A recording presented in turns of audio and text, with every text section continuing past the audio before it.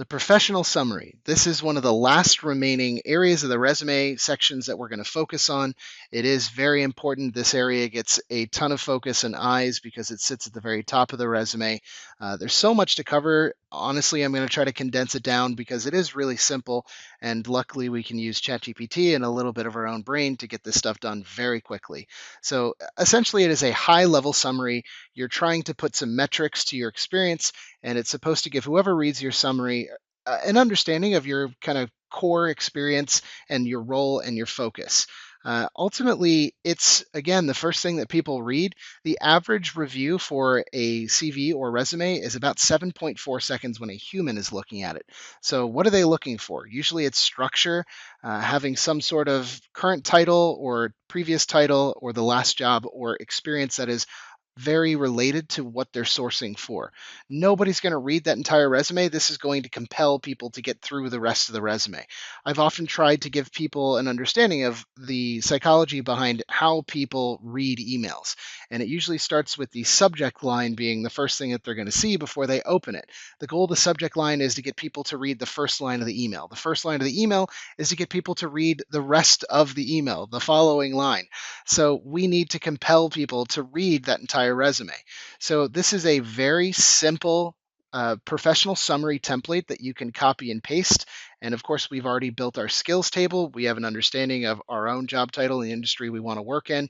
So this makes it extremely easy to build from. Now, there are lots of other frameworks and ways to build, but we at the very end of this will go through an activity where you can basically build straight from this. So some of the resources that I've compiled for you, so you have an endless amount of ways to really look at this, is all of these are different professional summaries that have been built out so you can see that as a form of inspiration and take a look at what others have done. I think it's so much easier to see it in the wild or see a real version of what you're trying to build.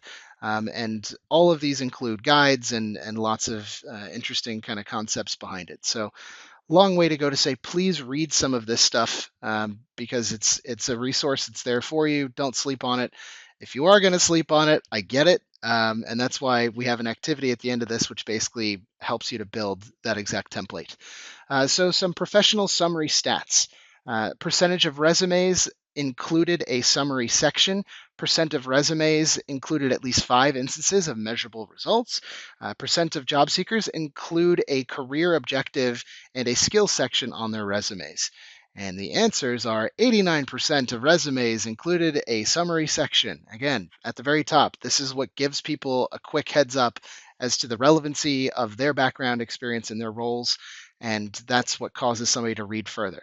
26% of resumes included at least 5 instances of measurable results. 66% of job seekers include a career objective and a skill section on their resumes. So lots of stuff in there, and hopefully we can we could build one pretty quickly. So the next little tutorial and activity that we'll do together is building a professional summary. It is super easy to do these. We're going to do handwritten versions and we're going to do AI versions. So let's get into that next.